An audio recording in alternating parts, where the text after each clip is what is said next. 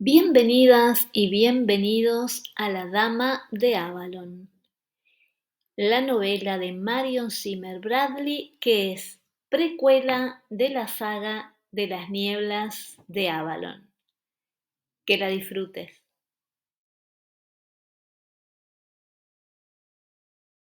A veces, cuando el aire se volvía denso sobre las colinas y la niebla se deslizaba por las llanuras junto a la muralla, Teleri se imaginaba que estaba de nuevo en Avalon.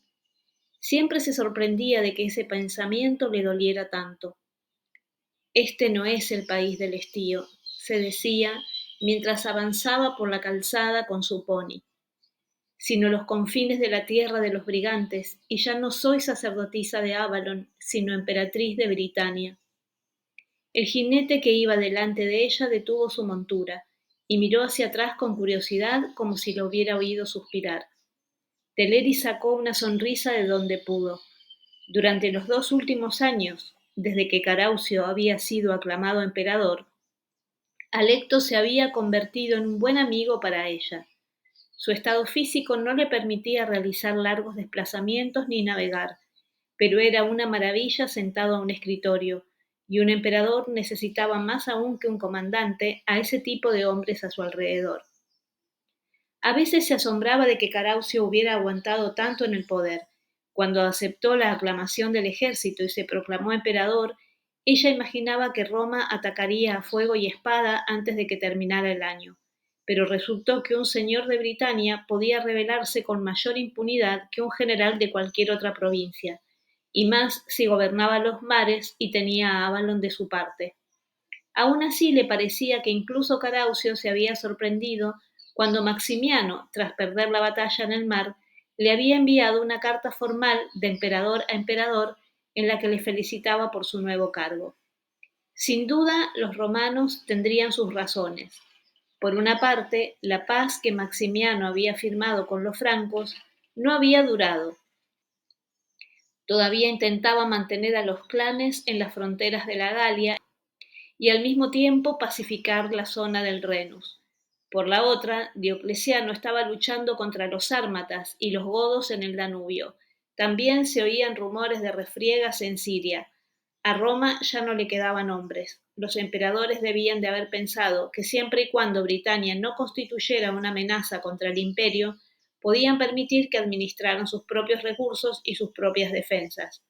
El mismo Caraucio se daba cuenta de que le costaba más trabajo gobernar Britania que defender la costa sajona.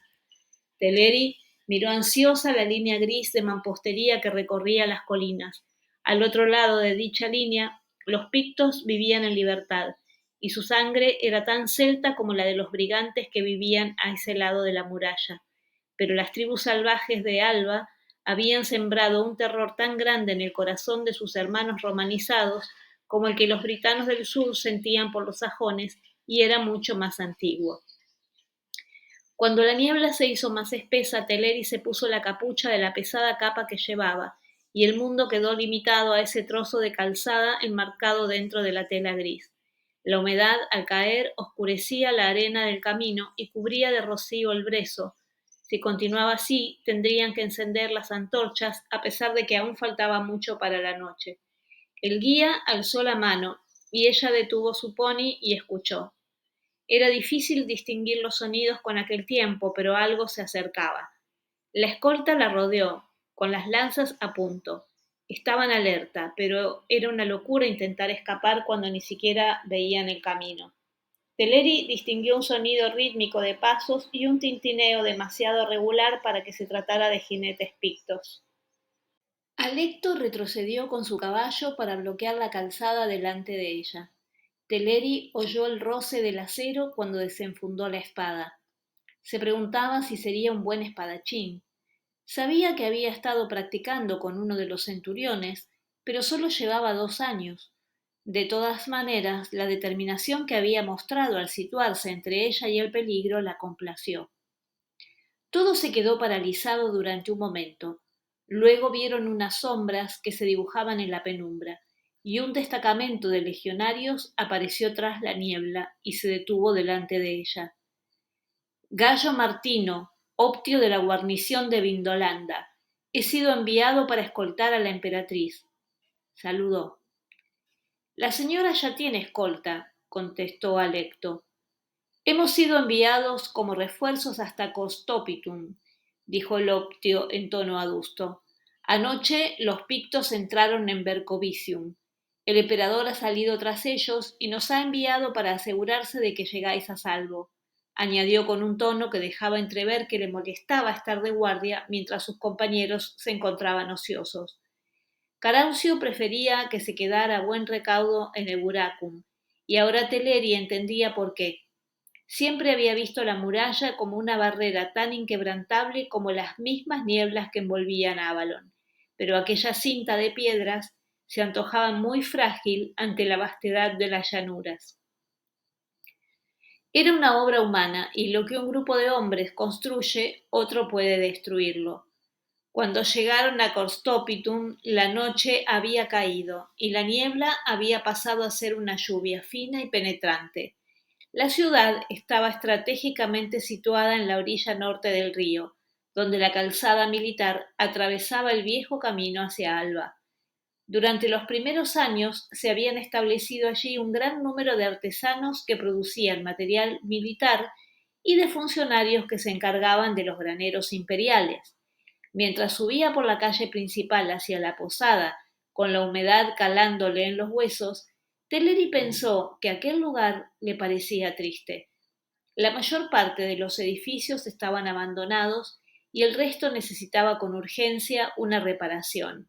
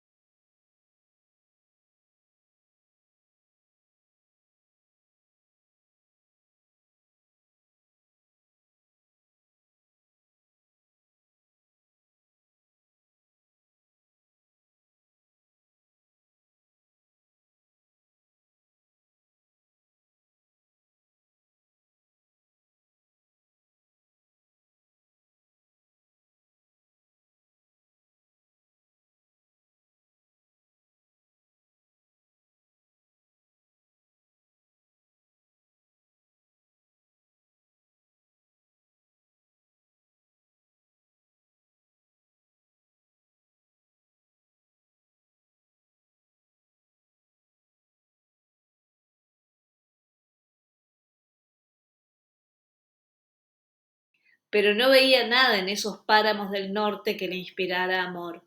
Quizás, si le hubieran permitido estudiar los misterios con Dierna, habría aprendido a amar también lo abstracto. De hecho, había sido esa capacidad de Dierna para las abstracciones lo que había enviado al exilio a Teleri.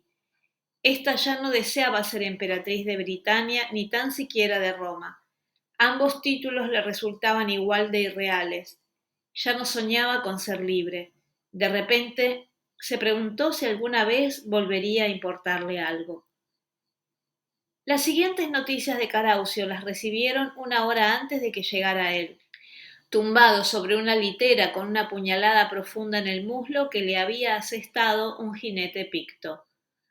A bordo sé defenderme, incluso cuando hay oleaje y la cubierta no para de tambalearse a mis pies, les contó estremeciéndose mientras el cirujano del ejército le limpiaba la herida.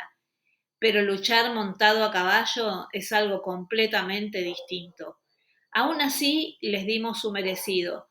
Solo quedaron media docena que dejamos para que comunicaran a sus jefes que el emperador de Britania protegerá sus tierras mejor de lo que lo hizo Roma. No obstante, no podéis estar en todas partes, mi señor, ni aunque montarais tan bien como un sármata. El poder de la muralla está en los hombres, pero necesitan tener algo que defender. El último emperador que realizó fortificaciones fue Severo, y de eso hace ya 2 generaciones. Toda la región necesita mejorar sus defensas y no tenemos suficientes fondos para traer piedras y madera. Cierto, dijo Caraucio, pero la población aquí es menor y muchos de los edificios están abandonados. Las piedras que obtengamos de las demoliciones nos servirán para reforzar el resto. Serán más pequeñas, pero más resistentes. Se mordió el labio mientras el cirujano le vendaba la herida.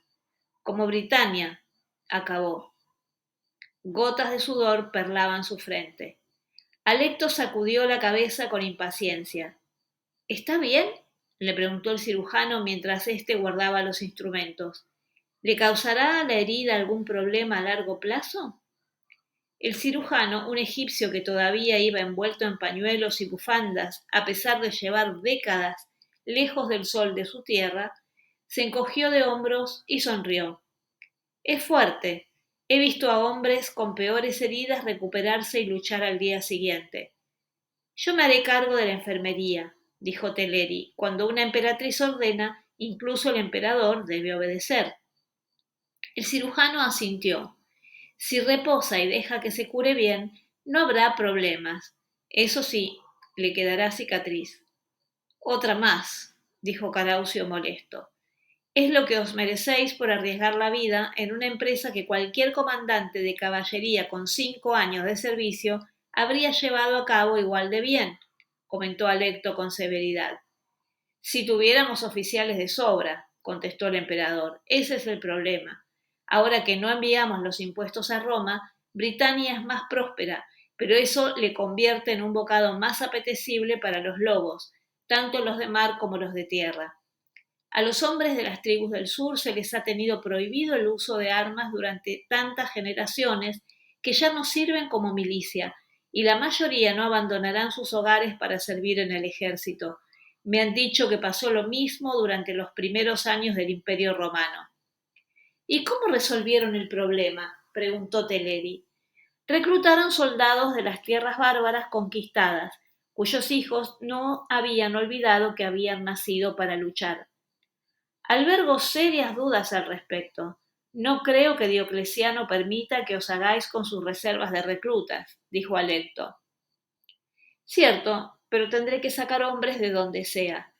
Caraucio se calló y no protestó cuando el cirujano pidió a los presentes que lo dejaran a solas para que descansara.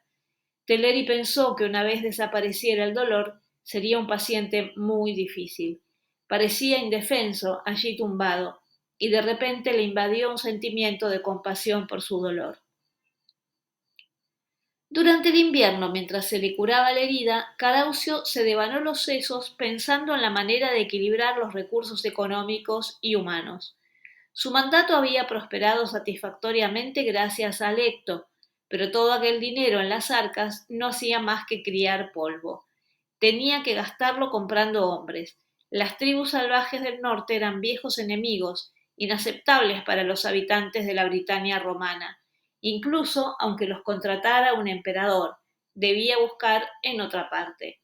Cada vez con más frecuencia, Caraucio soñaba con los brezales arenosos y los pantanos bordeados de juncos de su tierra al otro lado del canal, un suelo fértil que había sido arrancado al mar. Los hombres que lo trabajaban eran fuertes y buenos guerreros, y no tenían tierra suficiente para los hijos más jóvenes. Seguro que si lo llamaba, alguien contestaría. Y en cuanto a los sajones, su costa, que se extiende al este de las tierras de los jutos, frente al mar del norte, era un lugar tan duro como las tierras de los menapios. Cuando salían a piratear no buscaban solo gloria, sino botines con los que comprar comida para alimentar las bocas hambrientas de los suyos. Si se acercaba a ellos, quizá pudiera ganárselos mediante un pacto, y si compraba la seguridad de sus tierras con tributos, no sería el primer emperador que utilizara los impuestos recaudados para sobornar a los enemigos. Lo haría cuando regresara a Londinium. Era la única solución que veía.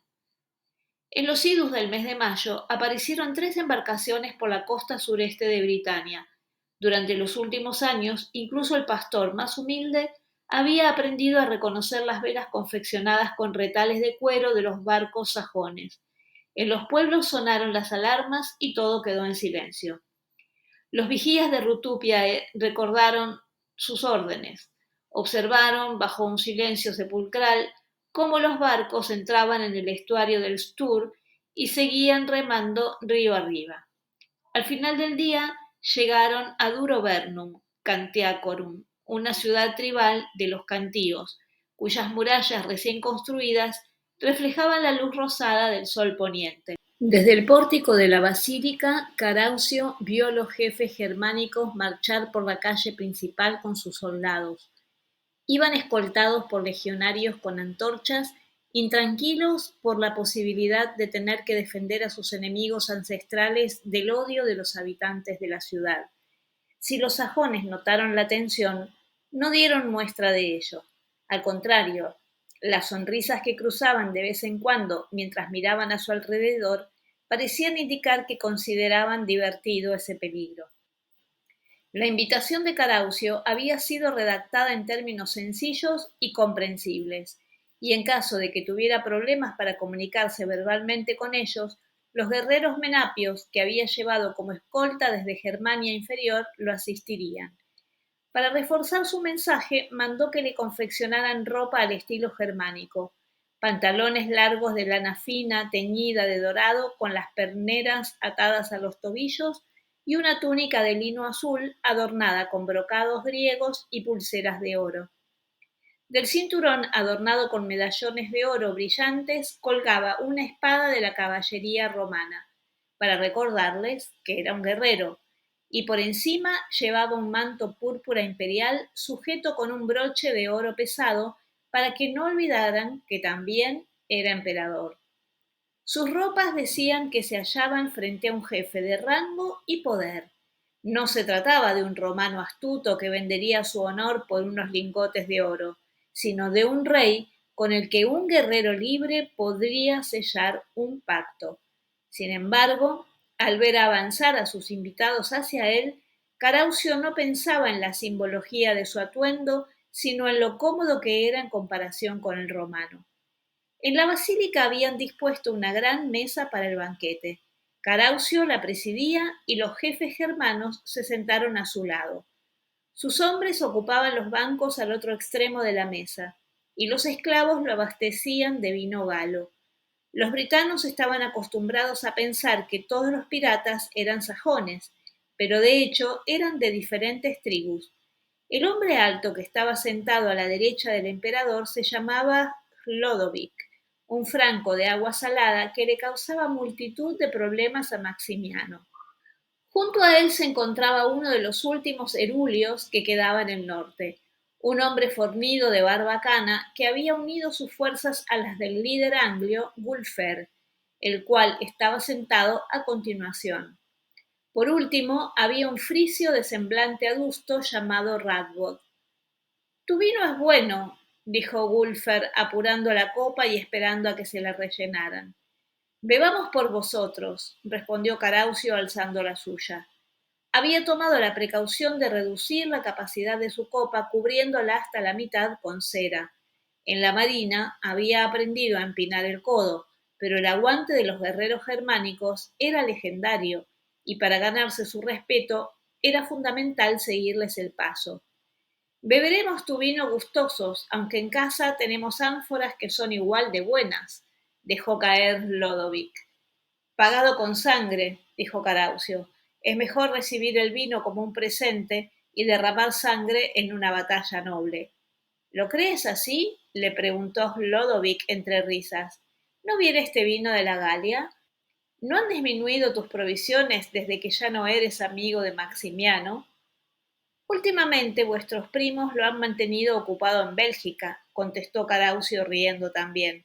No tiene ni los barcos ni los hombres necesarios para bloquear el comercio con Britania. El vino está bien, reconoció Radbod, pero el oro es mejor. Tengo oro para mis amigos y plata de las minas de las colinas Mendip, añadió Caraucio, y los esclavos empezaron a servir en la mesa cestas de pan y bandejas con huevos y queso, ostras y trozos de carne de venado y ternera. ¿Y qué regalos esperas que tus amigos te den a cambio? Preguntó Lodovic haciéndose con un trozo de pierna. Se sentaron a la mesa al estilo bárbaro, pero los jefes, que apreciaban esas cosas tanto como cualquier romano, comían en vajilla de plata y bebían en copas de cristal. Permitid que vuestros hombres busquen la gloria en otras orillas. La recompensa será incluso mayor si defendéis nuestra orilla de posibles ataques. Tú, señor, eres un guerrero noble. No deberíamos privarte a ti de ese privilegio, comentó Wulfer entre risas mientras apuraba el trago. Es cierto que me encantaría luchar en el mar. Sin embargo, ahora que soy el gran rey, me veo obligado a pasar mucho tiempo en tierra guerreando con los pueblos del norte. ¿Y quieres que los lobos vigilen a las ovejas en tu ausencia? Dijo Wulfer sacudiendo la cabeza divertido. Si los lobos son animales honorables, confiaría más en ellos que en los perros, replicó Caraucio. Ya habían devorado la primera carne que habían servido, y a continuación los guerreros daban cuenta del jabalí asado cubierto de miel y acompañado con manzanas. Wulfer dejó de comer y lo miró. Tú no eres romano, por más que te llamen emperador. Caraucio sonrió. Nací en las zonas pantanosas de los Merapios, pero ahora mi lugar está en Britania. Nosotros, los lobos, estamos hambrientos y tenemos lobatos que alimentar, dijo Radbod. ¿Cuánto nos darás? La conversación tomó un cariz algo más serio cuando los platos de carne fueron sustituidos por frutas escarchadas, pan y bollos dulces. Entre unos y otros, el ánfora de vino se terminó. Caraucio, que tomó las mismas copas que el resto de comensales, tan solo esperaba recordar a la mañana siguiente todo lo que había dicho. Tenemos ante nosotros una gran oferta, dijo Lodovic por fin. Solo hay una cosa más que querría preguntarte. ¿De qué se trata? Preguntó Caraucio mientras notaba cómo le corría el alcohol por las venas. ¿O era acaso la sensación de victoria? Quiero que nos cuentes cómo venciste a la flota de Maximiano. Caraucio se levantó despacio y se agarró a la mesa hasta que el mundo dejó de dar vueltas. Luego, con mucho cuidado, emprendió el largo camino hasta la puerta. Lo había conseguido. Había jurado por Júpiter Fides pagar tributo, y los jefes bárbaros le habían jurado fidelidad por Saxnot, por Ing y por Odín, el de la lanza.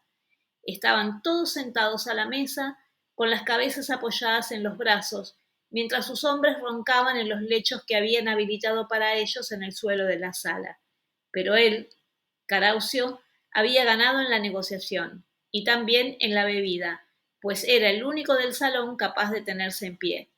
Quería irse a la cama, a la de Teleri. Iría a ella en primer lugar para ofrecerle la victoria. Aelfrid, el más joven de los menapios, esperaba en la puerta. Caraucio se apoyó en el hombro del muchacho, riéndose de sí mismo por lo mucho que le costaba hablar. No sin esfuerzo, le indicó que lo condujera hasta la casa de al lado, que pertenecía al magistrado más importante de la ciudad, donde estaba alojada la partida imperial. ¿Necesitáis ayuda, señor? Preguntó a Edfred cuando se acercaban a la habitación.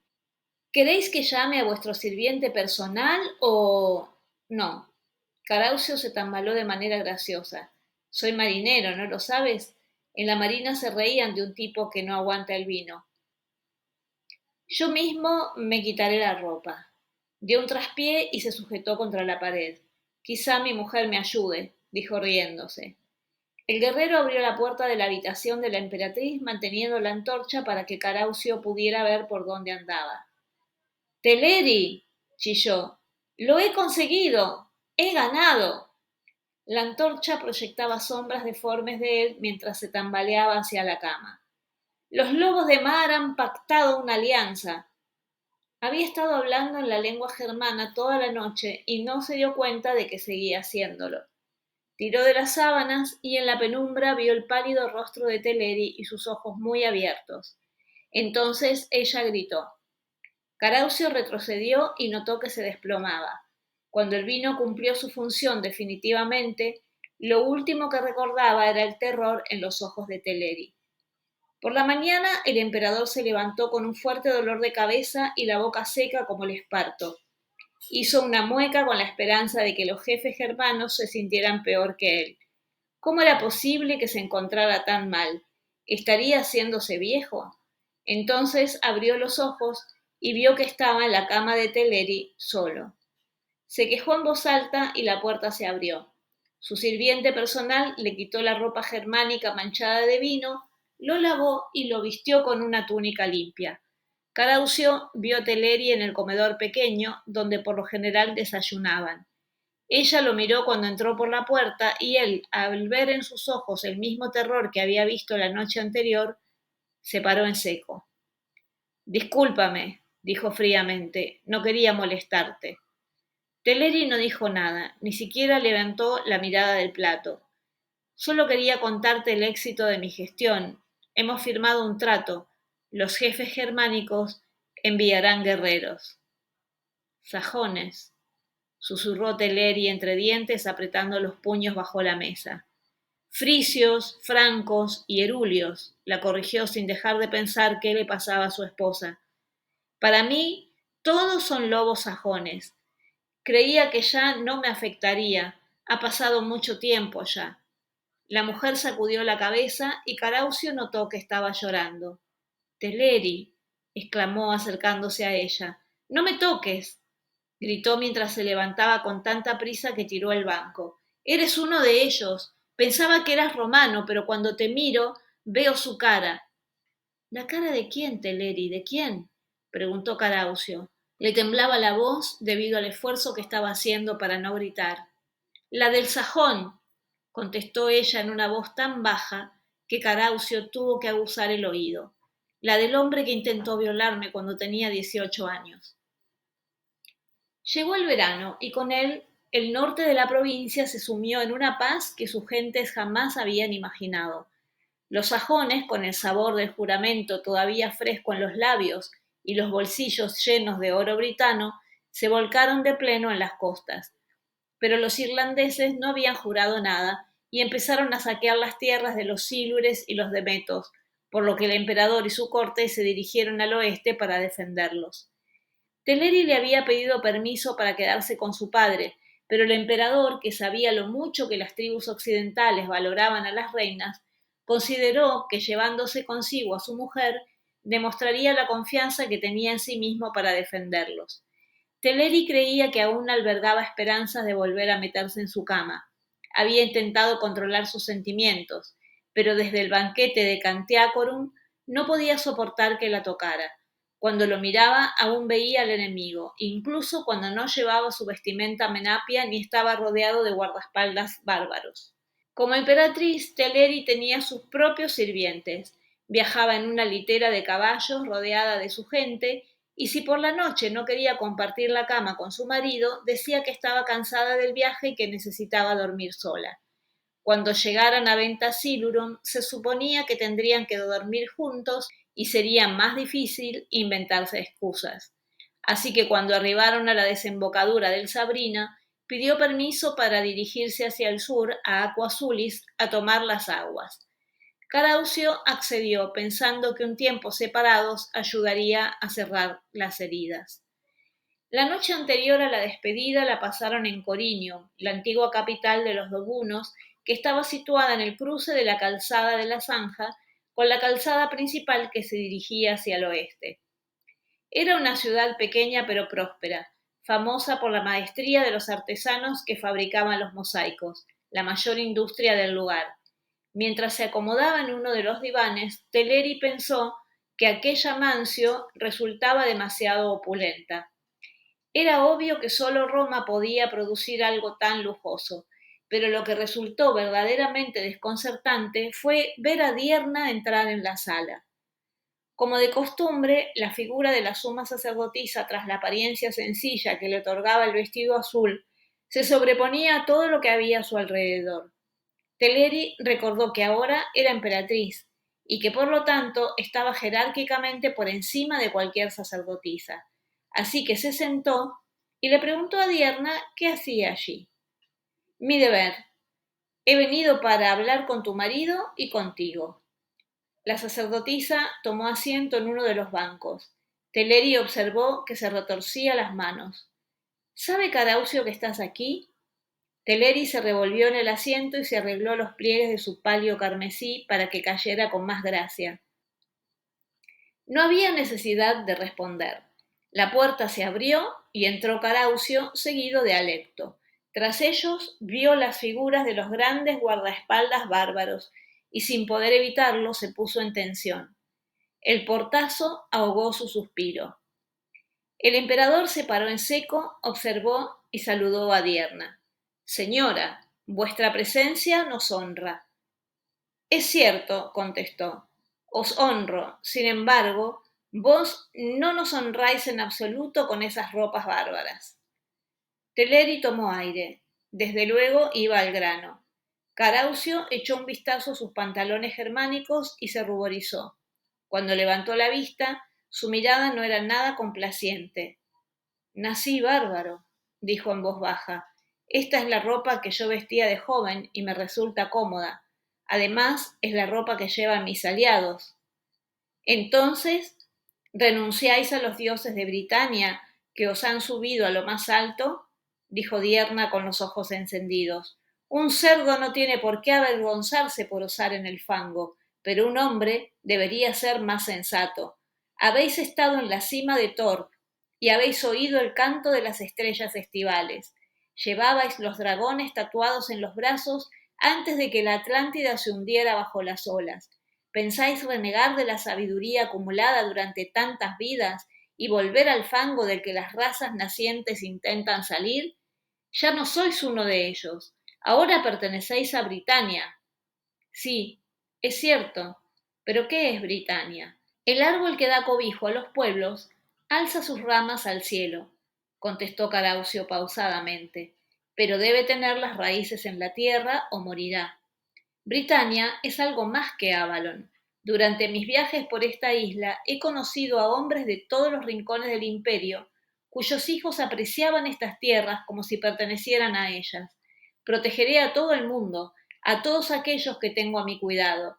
No debéis culparme por ello. Miró a Teleri y luego apartó la vista. Los príncipes de Britania os respaldan. Los hombres de la antigua sangre celta son los que os nombraron emperador, repuso Alecto. ¿Ofreceréis sus regalos a los esclavos? Caraucio se irguió y su rostro se enrojeció de nuevo. ¿También tú me atacas? Yo creía que podía confiar en tu lealtad.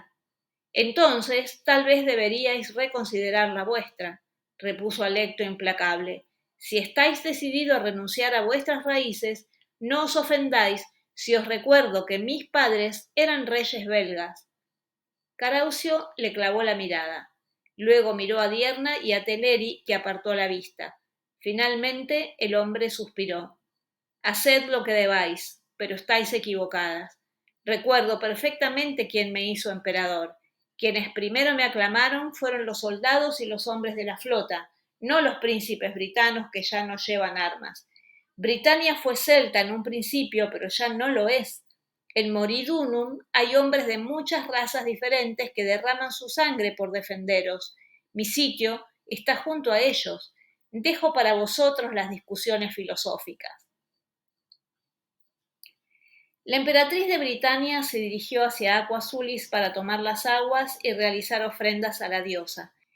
Pero lo que buscaba en aquellas aguas acres la mujer que habitaba en ella Era una cura para su alma turbada. Se preguntaba si la encontraría. Dierna había decidido ir con ella y ni siquiera una emperatriz podía decir que no a la dama de Avalon. Cuando atravesaron el puente de piedra que cruzaba el Avon, Teleri miró las colinas frondosas que se levantaban sobre la ciudad y un sentimiento de paz la invadió. El emperador Adriano había mandado construir los alrededores del templo al estilo helénico. En aquellos tiempos, pensó Teleri mientras se acercaba al santuario, debía de haber sido magnífico, pero con los años las piedras se habían erosionado y los frescos habían ido desapareciendo.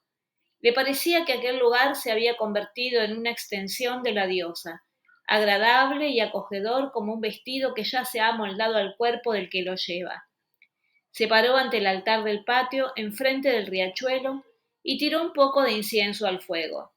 Notaba la presencia de Dierna a su lado y la energía que ocultaba tras el velo que la cubría como la luz detrás de la sombra.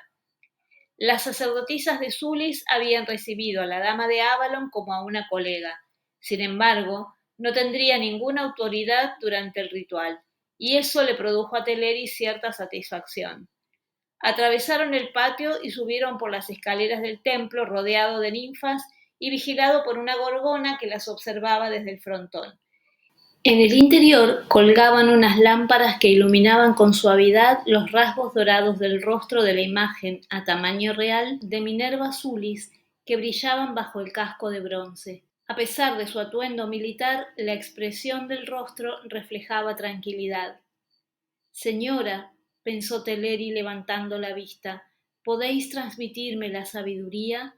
¿Podéis darme la paz?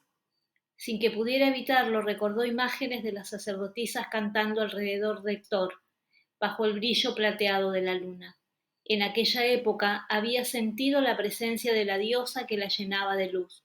Sin embargo, ahora tan solo sentía reminiscencias de su poder y no podía discernir si residían en el templo o en su propia alma. En el segundo día de visita tomó las aguas. Había sido prohibida la entrada a todos los visitantes para que la emperatriz y sus damas disfrutaran de un espacio íntimo. A través de la columnata que rodeaba el gran baño se veía el patio y el altar donde había orado el día anterior. La luz se reflejaba en el agua e iluminaba el techo de madera. La cortina de vapor procedente del baño de agua caliente contiguo dotaba a las sombras de un aire misterioso. El agua estaba tibia y no costaba mucho acostumbrarse al olor a azufre. Teleri se recostó e intentó relajarse, pero no podía olvidar la infelicidad que reflejaban los ojos de su marido cuando ella se fue, y el dolor con la misma intensidad, pero causado por diferente motivo, en los de Alecto. Le partía el alma ver a ambos enfrentados. En ese instante, la sacerdotisa de Sulis les indicó que pasaran al baño de agua caliente, cuyas aguas, como en los otros, procedían del manantial sagrado y se calentaban con un hipocausto. A Teleri se le escapó un gemido al entrar en contacto con el agua caliente, pero Dierna se deslizó con el mismo ímpetu con el que había entrado en el lago de Avalon. Teleri se mordió el labio y se obligó a seguirla. Por unos momentos no pudo concentrarse en otra cosa que en las reacciones que su cuerpo experimentaba. El corazón le latía con fuerza y gotas de sudor le corrían por la frente. Cuando pensaba que estaba a punto de desmayarse, la guía la ayudó a salir y la llevó hasta el frigidarium, cuyas aguas no parecían en absoluto frías. Después se le permitió volver al gran baño. Un hormigueo producido por la sangre al bombear le recorrió el cuerpo. Los bruscos cambios de temperatura la habían estimulado y agotado a la vez. Esta vez no le costó mucho abandonarse a un estado de ensueño. Esto es el útero de la diosa, dijo Dierna en voz baja. Los romanos la llaman Minerva y los que había antes Sulis. Para mí se llama Briga, dama de estas tierras. Flotar en estas aguas me devuelve a mis orígenes y me renueva. Te agradezco que me hayas permitido acompañarte. Teleri se volvió hacia ella con las cejas arqueadas. Se dijo a sí misma que un comentario tan cortés merecía una respuesta. Eres bienvenida. A mí no me sugieren meditaciones tan elevadas, pero aquí encuentro paz. También hay paz en Avalon. Ahora me arrepiento de haberte apartado de allí. Tenía motivos para hacerlo. Sin embargo, era un destino aciago para alguien que no estaba dispuesto a aceptarlo. Debería haber encontrado otro modo. Diana flotaba en las aguas verdes. Su cabello largo y ondulado le caía a los lados. Solo sus lozanos pechos, con los pezones oscuros por haber amamantado, salían a la superficie. Teleri se quedó estupefacta. Había sacrificado 3 años de su vida, y ahora su mentora le insinuaba que tal vez no habría sido necesario. Me diste a entender que el futuro de Britania dependía de mi colaboración. ¿De qué otra manera podría haberse hecho? Fue un error comprometerte en un matrimonio romano. Dierna se puso en pie con el pelo chorreante. En aquel momento no entendí que Caraucio estaba destinado a ser rey y que tendría que haberse unido a una reina sagrada según la tradición. Bueno, ahora ya es tarde y no tiene arreglo, empezó a decir Teleri, pero la suma sacerdotisa la interrumpió con un movimiento de cabeza. No del todo. Es de suma importancia vincular al emperador con los misterios ahora que está tentado de seguir otros caminos. Tienes que llevarlo a Avalon, Teleri, y celebrar el gran rito con él allí. Teleri se levantó tan rápido que el agua resbaló por ella formando una gran ola. No iré, dijo entre dientes. Lo juro por la diosa de este manantial sagrado. Me echaste de Avalon y no volveré corriendo solo porque hayas cambiado de opinión. Haz la magia que quieras con Caraucio, pero que tiemble la tierra y se desplome el cielo si alguna vez vuelvo arrastrándome a tu lado. Se dirigió hacia la puerta del baño donde las esclavas las esperaban con toallas. Sintió que la mirada de Dierna se clavaba en ella, pero no se dio la vuelta. Cuando Teleri se levantó a la mañana siguiente, le dijeron que la dama de Avalon se había ido. Por un momento sintió una punzada de pérdida, pero luego recordó lo que había sucedido entre ellas y se alegró. Antes de la comida, el sonido de las trompetas anunció la llegada de otra visita. Era Alecto. Se alegró tanto de verlo que ni siquiera le preguntó por qué no estaba junto al emperador. Las frondosas colinas que rodeaban Aquasulis se habían convertido en una cárcel para ella. De repente sintió nostalgia. Echaba de menos las colinas desnudas sobre Durnovaria y el mar. Llévame a casa de mi padre, Alecto, le suplicó. Llévame a casa. Se le encendieron las mejillas y él le besó la mano.